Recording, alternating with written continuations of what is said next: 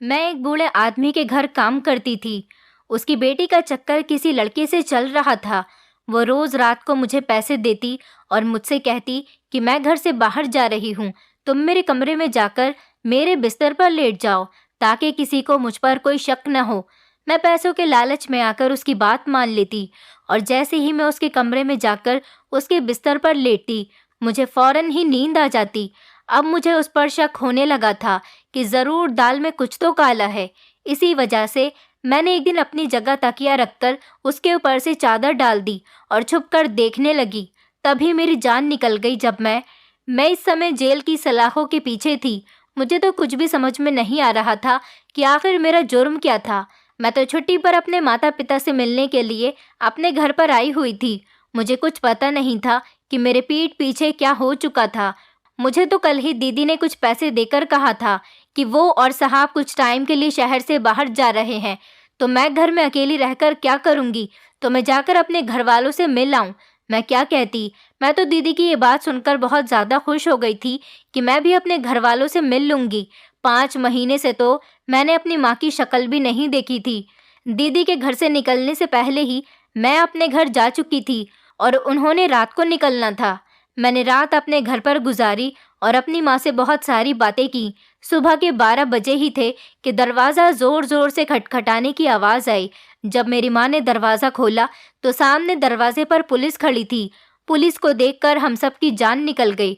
हमारे घर में क्या, हमारे मोहल्ले में भी कभी पुलिस नहीं आई थी और अब ऐसे अचानक पुलिस का मेरे घर पर आना।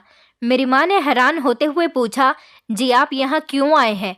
मैंने सोचा किसी लिए आए होंगे, बाबा को ही पकड़ने आए होंगे, क्योंकि मेरे बाबा के काम ही कुछ ऐसे रहे हैं। अभी कोई बड़ा हाथ मारा होगा। मैंने सोचा कि चलो अच्छा है, बाबा को पुलिस पकड़कर ले जाएगी। थोड़े दिन वो हवालात में रहेंगे तो शायद सुधर जाएं। माँ के सवाल के जवाब में पुलिस वालों ने पूछा कि रीमा आपकी बेटी का नाम है? अपना नाम सुनकर मैं हैरान रह गई और चौंक कर सीधी खड़ी हुई। मैं सोचने लगी कि पुलिस मेरा नाम क्यों पूछ रही है, मैंने क्या किया है? मेरी माँ भी हक्का बक्का रह गई और पूछा, जी हाँ, मेरी बेटी का नाम ही रीमा है, मगर आपको उससे क्या काम है? इतने में मैं उलझती हुई बाहर दरवाजे पर आई। पुलिस ने कहा, हम आपकी बेटी रीमा को अरेस्ट करने के लिए आए हैं। हमारे पास उसकी गिरफ्तारी का वारंट है। मेरे और मेरी माँ के पैरों तले से ज़मीन निकल गई। मैं बहुत घबरा गई और कहा कि आप मुझे पकड़ने क्यों आए हैं? आखिर मैंने किया क्या है? इतने में एक लेडी पुलिस वाली ने मेरे हाथों में हथकड़ी डाली और कहा कि ये तो तुमको थाने जाकर ही पता चलेगा कि तुम्हारी गलती क्या है, तुमने क्या किया है और क्या नहीं, सब पता चलेगा। मैं तो सुन रह गई। मुझे तो अपना ऐसा कोई जुर्म या गलती याद ही नहीं आ रही थी जिसकी वजह से मुझे जेल हो जाती। मेरी माँ चीखते चिल्लाते हुए मुझे पुलिस वालों से छुड़वाने लगी, लेकिन उन्होंने मेरी माँ की कोई बात नहीं सुनी और मुझे पुलिस की गाड़ी में डाला और थाने ले गए। वहाँ जाकर मुझे जेल में बंद कर दिया गया और अब मुझे बिल्कुल समझ नहीं आ रहा था कि मुझे लॉकअप में क्यों डाला गया है। एक लेडी ऑफिसर मेरे पास आई और कहा कि अब सीधे सीधे बताओ, इस जुर्म में तुम्हारे साथ कौन कौन था? चुपचाप अपने साथियों का नाम बताओ, वरना तुम्हारे साथ अच्छा नहीं होगा। मैंने रोते हुए कहा, कैसा जुर्म और कौन सा साथी?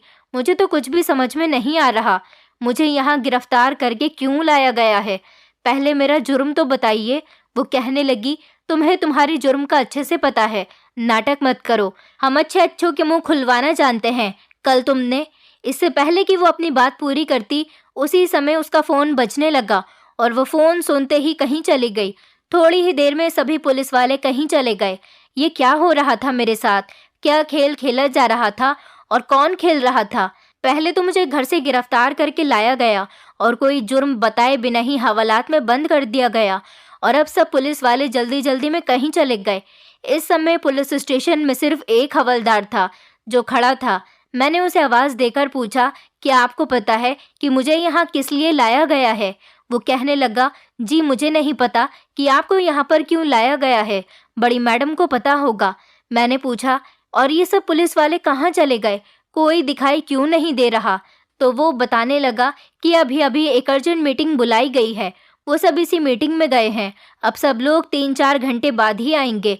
मैं जेल की दीवार के साथ टेक लगाकर बैठ गई और सोचने लगी कि पता नहीं किन लोगों ने मेरे खिलाफ ये साजिश की है, लेकिन मेरे खिलाफ आखिर कौन साजिश कर सकता है? मैंने किसी का क्या बिगाड़ा है? अभी आधा घंटा ही गुजरा था कि माँ मुझे आवाज़ देते हुए अंदर आई और कहने लगी कि मुझे पता चल गया है कि क्या हुआ है, क्यों तुझे गिरफ्तार किया गया है। मैंने हैरान होकर पूछा, क्या माँ? तो माँ ने बताया कि मैं जिनके घर में काम करती थी, उनके यहाँ कल रात डाका पड़ा है। तुम्हारे साहब की हालत बहुत ख़राब है, वो अस्पताल में है और घर का कीमती सामान गायब है। पुलिस को तुम पर शक है कि तुमने ही चोरों को ये खबर दी होगी, इसलिए ये सब हुआ। क्योंकि उनके घर में सिर्फ एक तुम ही काम करती हो, इसलिए सब लोगों का शक तुम पर गया और पुलिस तुम्हें यहाँ से लेने के लिए आई। ये बात सुनकर मैं घबरा गई। मैं तो कल रात होने से पहले ही घर से आ चुकी थी। मेरी माँ कहने लगी, साहब को बहुत चोट लगी है और वो मरते मरते बचे हैं।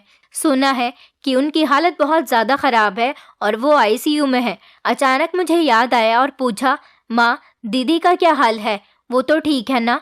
माँ कहने लगी कि वो ठीक है, अपने पति के साथ अस्पताल में है और उसी ने तुम पर शक किया है, इसीलिए पुलिस तुम्हें यहाँ पकड़ कर लाई है। ये सुनकर कि दीदी ने मेरे ऊपर शक किया है, मैं तो दंग रह गई। वो तो मुझे बहुत टाइम से जानती हैं, फिर उन्होंने मेरे साथ ऐसा क्यों किया?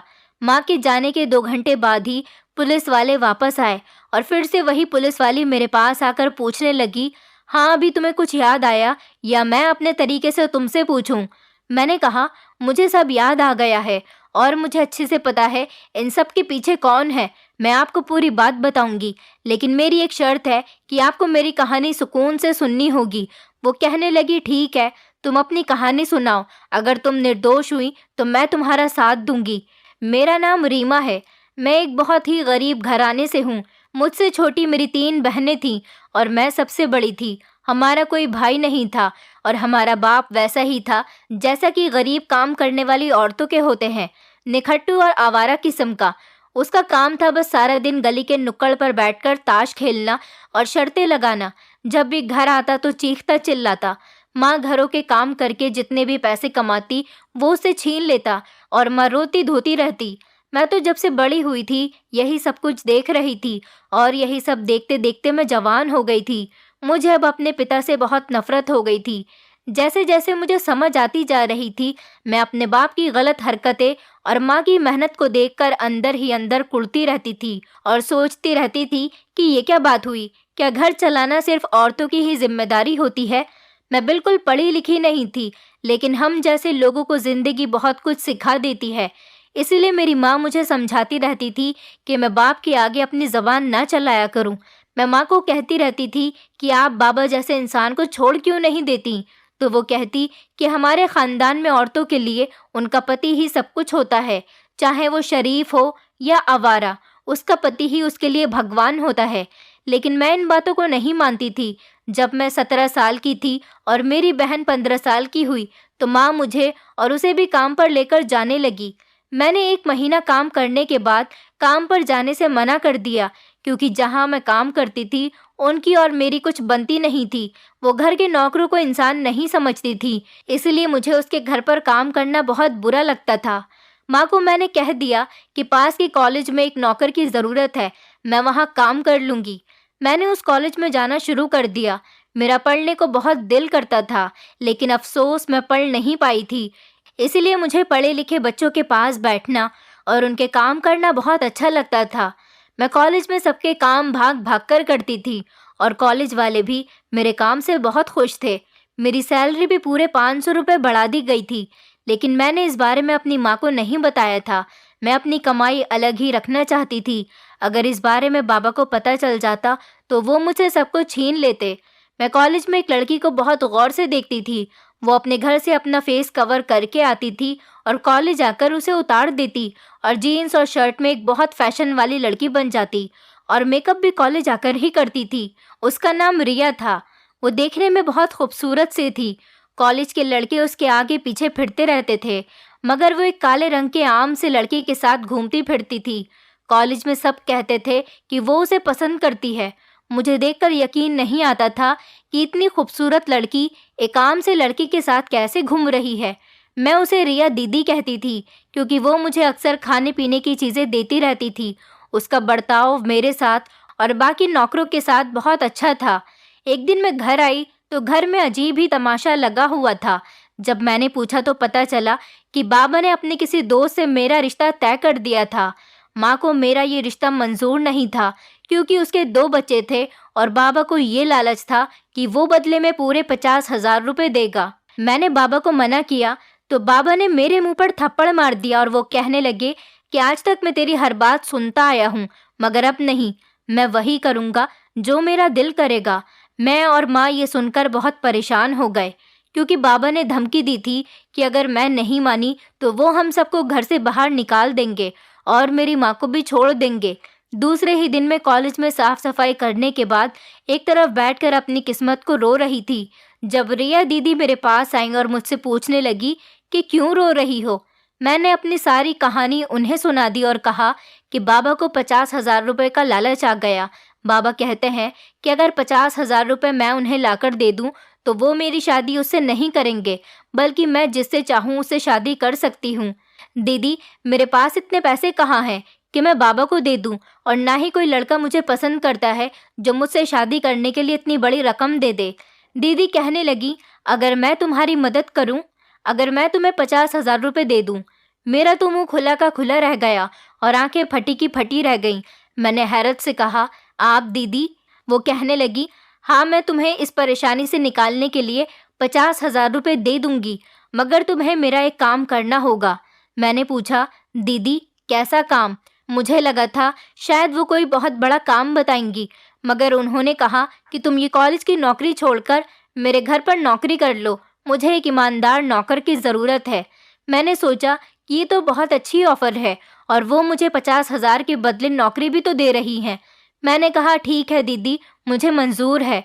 मेरे दिमाग में थोड़ा सा शक तो आया था कि दीदी इस छोटे से काम के बदले 50,000 रुपए क्यों दे रही हैं, लेकिन मुझे लालच आ गया और मैं बाबा के 2 बच्चों के दोस्त से शादी नहीं करना चाहती थी। इसलिए मैं चुप हो गई, और जब पैसे हाथ में आ जाएं तो फिर कुछ याद नहीं रहता, ना कोई सवाल और ना ही कोई शक। मैंने वो 50,000 रुपये अपने बाबा के मुंह पर मारे और उनसे कहा कि मुझे पूरे साल की एडवांस तनख्वाह मिली है, अब मुझे पूरे साल वहीं दीदी के घर पर रहकर काम करना होगा। बाबा को अब पैसे मिल गए थे, उन्हें मेरी कोई परवाह नहीं थी कि मैं जिसके घर पर भी काम करूं, लेकिन मेरी माँ परेशान थी। वो सोच रही थी कि मैं कहीं किसी गलत काम में तो नहीं पड़ गई हूँ। मगर जब मैंने उन्हें बताया कि मैं रिया दीदी के घर काम करने जा रही हूँ, तो माँ कहने लगी, अच्छा वो, मैं उन लोगों को जानती हूँ। वो शर्मा जी बहुत ही शरीफ आदमी है, उनकी बेटी भी बहुत अच्छी है। वो जब भी घर से बाहर निकलती है तो अपना चेहरा कवर करके निकलती है। आज तक किसी ने उसको घर से बाहर बगैर स्कार्फ के निकलते नहीं देखा। सारे लोग इस बात की बहुत तारीफ करते हैं। माँ की बात सुनकर मैं दिल ही दिल में हंस पड़ी कि लोगों को क्या पता कि वो वाली दीदी कॉलेज में आकर कैसे मॉडर्न लड़की बन जाती है। खैर, मैंने अपना सामान पैक किया और मैं अपना सामान लेकर शर्मा जी के घर पहुंची। दरवाज़ा रिया दीदी ने खोला था। वो मुझे लेकर अंदर चली गई और कहा कि जब तक मैं न कहूँ तुम कुछ मत बोलना। मैं हैरान होकर एक तरफ बैठ गई। कुछ देर बाद मैंने देखा कि एक कमरे से एक आदमी निकलता हुआ दिखाई दिया। उसके हाथ में एक छड़ी थी जिसे वो ज़मीन पर टेक टेक कर चल रहा था। उसकी आवाज़ आई कि रिया, कहाँ हो? दीदी ने जल्दी से एक तरफ देखकर किसी को इशारा किया और एक लड़का तेजी से दरवाजे की तरफ बढ़ा। उस आदमी ने चौंक कर इधर देखा और कहा, रिया, घर में कोई और भी है क्या? तो वो कहने लगी, अरे ये नई नौकरानी घर में आई है। साथ ही उसने लड़के को इशारा किया और वो खुले दरवाजे से बाहर चला गया। रिया दीदी ने कहा कि आप फिक्र मत करें, नौकरानी है, उसके चलने फिरने की आवाज़ आ रही है। फिर उन्होंने मुझसे कहा, रीमा, साहब को नमस्ते करो। मैं हैरान हो रही थी कि यहाँ ये सब क्या हो रहा है। खैर, मैंने ये सब कुछ छोड़कर साहब को नमस्ते किया। मुझे हैरत हो रही थी कि इस आदमी को वो लड़का घर से बाहर जाते हुए दिखाई क्यों नहीं दिया। फिर मेरी नज़रें उनके चेहरे पर पड़ी तो मुझे सारी बात समझ में आ गई कि वो आदमी अंधा था, देख नहीं सकता था। मैंने घर की सारी साफ सफाई की और जल्दी जल्दी खाना पकाया। रिया दीदी ने सुबह कॉलेज जाते हुए अपना चेहरा स्कार्फ से कवर कर लिया। अभी वो जाने ही लगी थी कि वो बूढ़ा आदमी की आवाज़ आई, रिया, तुमने अपना फेस ढका हुआ है ना? फिर उसने अपने हाथ से टटोल कर देखा कि क्या सच में उसकी बेटी ने अपना चेहरा ढका हुआ है या नहीं। फिर जब उसे तसल्ली हो गई तो उसने अपनी बेटी को घर से बाहर जाने की इजाज़त दे दी।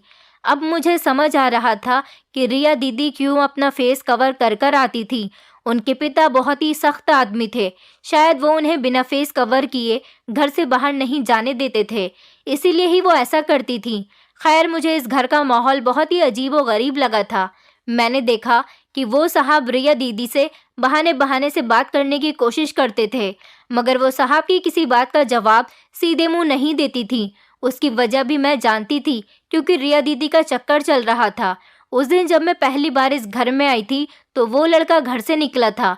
मुझे बहुत दुख हुआ था कि वो अपने बाप को धोखा दे रही है, उनके अंधे होने का नाजायज फायदा उठा रही है। मुझे वहाँ काम करते हुए अभी चौथा दिन था कि रात को रिया दीदी मेरे क्वार्टर में आई और कहा कि मैं घर से बाहर जा रही हूँ, तुम मेरे कमरे में जाकर मेरे बिस्तर पर लेट जाओ ताकि किसी को मुझ पर शक न हो। मैं समझ गई कि दीदी का चक्कर जिस लड़के से चल रहा है वो इसी से मिलने के लिए जा रही है। दीदी ने कहा कि मैं इसके बदले तुम्हें बहुत सारे पैसे दूंगी, और फिर ढेर सारे पैसे मेरे हाथ में रखकर अपने कमरे में मुझे भेज दिया। मुझे नहीं पता था कि दीदी ने मुझे अपने कमरे में क्यों भेज दिया। मुझे डर भी लग रहा था कि अगर साहब को पता चला तो वैसे तो वो अंधे हैं, उन्हें कुछ दिखाई नहीं देता था, मगर फिर भी अगर वो कमरे में चेक करने के लिए आ गए तो पहले तो मैं बहुत डर रही थी। मैं बिस्तर पर लेट गई और अपने ऊपर कंबल ले लिया। मुझे लग रहा था कि अब परेशानी की वजह से मुझे नींद नहीं आएगी, मगर बहुत जल्दी मैं नींद की गहरी वादियों में खो गई। होश आया तो देखा कि दीदी वापस आ गई थी और मुझे उठा रही थी। मैं बहुत शर्मिंदा हुई और उठकर बैठ गई। शायद पहली बार इतने नरम और मुलायम गद्दे पर सोई थी, इसलिए बहुत मज़े की नींद आई थी। दीदी ने मुझे उठाकर किचन में नाश्ता बनाने के लिए भेज दिया। साहब का कमरा नीचे था और दीदी का ऊपर, मगर सुबह का नाश्ता वो दोनों साथ में ही करते थे। कभी कभी मुझे साहब पर बहुत अफसोस होता था कि उनकी बेटी उनको इस तरह से धोखा दे रही है। अगली रात फिर से दीदी मेरे क्वार्टर में आई और मुझे पैसे देकर बोली कि मेरे कमरे में जाकर मेरे बिस्तर पर लेट जाओ, मैं घर से बाहर जा रही हूँ। आज रात भी मुझे बहुत अच्छी और आराम से नींद आई। फिर रोज़ाना यही होने लगा कि दीदी मुझे पैसे देकर अपने कमरे में सोने के लिए भेज देती थी, और मुझे इस बात पर बहुत हैरत होती कि दीदी के बिस्तर पर लेटते ही मुझे नींद आने लगती थी। अब तो मुझे उन पर शक होने लगा था कि ज़रूर दाल में कुछ काला है। अगर दीदी को किसी से मिलने जाना भी होता था तो उन्हें मुझे अपने बिस्तर पर सुलाने की क्या ज़रूरत थी? उनके कमरे में तो कोई भी नहीं आता था, फिर मुझे यहाँ सुलाने की क्या वजह थी? और सबसे बड़ी बात ये थी कि मुझे उनके बिस्तर पर लेटते ही फौरन ही बेहोशी वाली नींद क्यों आ जाती थी? मुझे लग रहा था कि कोई बात ज़रूर है, ज़रूर दीदी मुझसे कुछ छुपा रही थी, लेकिन मुझे उनका अपनी मदद के लिए 50,000 रुपये देना याद आ जाता, और दीदी ने आज तक वो पैसे मुझसे नहीं मांगे थे, बल्कि मुझे उन पैसों के बारे में कुछ पूछा भी नहीं था। उसके अलावा वो और पैसे मुझे दे रही थी। मैंने सोचा कि मुझे पता करना चाहिए कि दीदी अपने बिस्तर पर मुझे सुलाकर खुद कहाँ जाती हैं और क्या करती हैं। इसीलिए अगले दिन मैंने कमरे में जाते ही बेड पर लेटने के बजाय वहाँ पर 2 तकिए रख दिए और ऊपर से कंबल डाल दिया। अब अगर कोई दूर से देखता तो उसे यही लगता कि कोई सोया हुआ है। ये काम करने के बाद मैं छुप गई और देखने लगी कि अब क्या होता है। 1 घंटा हुआ था कि मुझे कमरे के बाहर किसी के हल्के हल्के बोलने की आवाज़ आने लगी। फिर ये देखकर मैं हक्का बक्का रह गई कि कमरे में 3 जवान लड़के अंदर आए। मैंने लड़कों को पहचान लिया था। वो तीनों लड़के रिया दीदी के कॉलेज के दोस्त थे। उनके पीछे ही दीदी भी कमरे में आ गई। वो कहने लगी, देख लो, तुम तसल्ली कर लो, ये नहीं उठने वाली। मैं रोज़ जो परफ्यूम अपने बिस्तर पर छिड़कती हूँ उससे ये बेहोशी की नींद सोती है, अभी भी गहरी नींद में सो रही है। रोज़ हम आकर उसे देखते हैं और ये ऐसे ही सोई हुई मिलती है। अब चलो हम लोग अपना काम करते हैं, बस हमारे पास कुछ 1 घंटे होते हैं इस काम के लिए। और वो सब लड़के हाँ में हाँ मिलाते हुए कमरे से बाहर निकल गए। मैं हैरानी से सोचने लगी कि ये सब किस काम की बात कर रहे हैं, ये लोग क्या करते फिर रहे हैं। मैं चोरी चोरी उनके पीछे पीछे चलने लगी। वो सब बाहर लॉन में चले गए थे। तीनों लड़के लॉन की खुदाई कर रहे थे। मैं डर गई कि ये क्या कर रहे हैं, दीदी आखिर क्या करना चाह रही है। मुझे एकदम मालिक का ख्याल आया कि कहीं दीदी उनके साथ कोई गलत काम तो नहीं करने वाली, मगर फिर मैंने सोचा कि एक बेटी होने के नाते वो अपने बाप के साथ ऐसा कुछ नहीं कर सकती। शायद बात कुछ और ही थी। सुबह होने से पहले तक उन्होंने बहुत खुदाई कर ली थी, मगर शायद जिस चीज़ के लिए वो ज़मीन खोद रहे थे वो चीज़ उन्हें नहीं मिल पाई थी। दीदी ने कहा कि हम लोगों को हिम्मत नहीं हारनी है, कल बाकी का जो हिस्सा रह गया है वहां से शुरुआत करेंगे। और फिर वो तीनों लड़के वहां से चले गए। मैं भागकर कमरे में आ गई और बिस्तर पर लेट गई ताकि दीदी को मुझ पर शक न हो, इसलिए मैं सोने का नाटक करने लगी। अगले 2 दिन यही ड्रामा चलता रहा। मैं रोज छुपकर देखती कि वो रात में खुदाई करके जाने क्या ढूंढते रहते हैं। 2 दिन पहले की बात है कि मैं लॉन की खिड़की के पास से छुपकर बाहर देख रही थी। अचानक एक लड़की की आवाज आई, रिया, लगता है हमें खजाना मिल गया। खजाने का नाम सुनकर मैं दंग रह गई। ये सब क्या था? उस लड़की की आवाज सुनकर सब लोग भागकर उसके पास चले गए। इन लोगों के हाथ में सच में एक बहुत बड़ा ट्रंक लगा था जिसके अंदर बहुत सारा सोना पड़ा हुआ था। मैंने तो इतना सोना अपनी जिंदगी में पहली बार देखा था और शायद इन लोगों ने भी, तभी वो लोग खुशी से पागल हुए जा रहे थे। दीदी ने इन सबके साथ मिलकर वो 10-15 किलो सोना एक थैली में डाला और अंदर की तरफ आने लगी। शायद वो सारा सोना अपने कमरे में रखने के लिए आ रही थी। उन्हें अपनी तरफ आता हुआ देखकर मैं घबरा गई और भागकर कमरे में जाकर उनके बिस्तर पर लेट गई और अपने ऊपर कंबल ओढ़ लिया। वो तीनों कमरे में आए। दीदी ने वो सारा सोना अपनी अलमारी में रख दिया और फिर वो तीनों बातें करते हुए कमरे से बाहर चले गए। अब मुझे समझ आ गया था कि मुझे इस कमरे में सुलाने की क्या वजह थी, क्योंकि मैं सर्वेंट क्वार्टर में रहती थी और इसीलिए लॉन में होने वाली खुदाई की आवाज़ मुझे साफ सुनाई देती। यही वजह थी कि दीदी ने ये इंतज़ाम किया कि वो मुझे लॉन से दूर अपने कमरे में सुलाने लगी। साहब को भी वो शायद नींद की गोलियां खिला देती थी, इसलिए उन्हें भी कोई आवाज़ नहीं आती थी। सच पूछे तो मैं सोच में थी कि दीदी को इस खजाने के बारे में कैसे पता चला। मुझे तो कुछ समझ नहीं आ रहा था और उन्होंने ये सब कुछ अपने बाप से क्यों छुपाया था। वैसे मैंने दीदी को अपने बाप से हमेशा मुंह बनाए ही देखा था। उन्होंने कभी भी अपने पिता से अच्छे से बात नहीं की। उस दिन के बाद दीदी ने मुझसे कहा कि अब तुम अपने कमरे में जाकर सोया करो, और कल तो खुद दीदी ने मुझे पैसे देकर कहा था कि मैं अपने घर छुट्टी पर चली जाऊं और अपने घर वालों से मिलकर आऊं। बाद में वहां उन बाप बेटी के साथ क्या हुआ मुझे इस बारे में कुछ नहीं पता, लेकिन मैं इतना जानती हूँ कि ये मेरे खिलाफ एक साजिश है और उन्होंने अपना सारा इल्ज़ाम मेरे सर पर डाल दिया। मुझे लगता है कि दीदी के साथियों की नीयत में लालच आ गया होगा, इसलिए उन्होंने ये सब कुछ किया होगा, वरना एक बेटी अपने बाप को कोई नुकसान नहीं पहुंचा सकती और ना ही उसे जख्मी कर सकती है। मैंने पुलिस वाली को अपनी पूरी कहानी सुना दी थी और पुलिस वाली को देखा तो वो मुझसे पूछने लगी कि तुम्हें कैसे पता कि वो दोनों बाप बेटी थे। उसके इस सवाल पर मैंने उसे हैरत से देखा। मुझे समझ में नहीं आया कि वो क्या कहना और पूछने की कोशिश कर रही है। उसने फिर से मुझसे सवाल किया, क्या रिया ने तुम्हारे सामने कभी उसको बाबा कहा या उस आदमी ने कभी रिया को अपनी बेटी कहा? मैं एकदम सोच में पड़ गई और बहुत सोचने पर भी याद नहीं आया। बहुत सोचने के बाद मैंने उस पुलिस वाली से कहा कि नहीं, उन्होंने कभी मेरे सामने एक दूसरे को बाप बेटी नहीं कहा, मगर वो बाप बेटी ही थे ना। वो ना में सर हिलाने लगी और मुझसे कहने लगी कि तुम एक बहुत ही बेवकूफ़ लड़की हो, तुम अपने दिमाग से ही अंदाज़ा लगाती रहती हो। वो दोनों पति पत्नी हैं। वो अंधा आदमी जो इस समय कोमा में है, उसकी पत्नी का नाम रिया है। मुझे एक पल के लिए ऐसा लगा जैसे मेरे सर पर जेल की छत आ गिरी। रिया दीदी उस बूढ़े आदमी की पत्नी थी। मुझे 3 महीने हो गए थे और मैं ये समझती रही कि दीदी साहब की बेटी है। वो कहने लगी, मिस रिया ने तुम्हारे खिलाफ शक किया है और रिपोर्ट करवाई है कि ये खबर तुमने डाकुओं को दी होगी और अब तुम बिल्कुल अलग कहानी सुना रही हो। मैंने कहा, अगर वो सच में पति पत्नी है तो साफ बात है कि दीदी ने अपने साथियों के साथ मिलकर ये साजिश खुद ही की है। दीदी के किन किन लड़कों से चक्कर हैं ये तो पूरा कॉलेज जानता है। आप किसी से भी पता कर सकती हैं, इन सब में मेरा कोई हाथ नहीं। वो कहने लगी कि वो तो हम पता करवा ही लेंगे और फिर वो वहाँ से चली गई। मैं ये सोचने लगी कि गलती मेरी ही है शायद, जो इनको बाप बेटी समझ लिया। लेकिन मैंने कई बार दीदी के सामने साहब को उनका बाप कहा था, तो फिर उन्होंने मुझे कुछ कहा क्यों नहीं?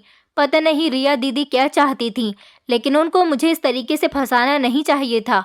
मुझ पर झूठा इल्ज़ाम लगा दिया और खुद बच गई, और मैं इतने दिनों से उनका भरम रखे हुए थी।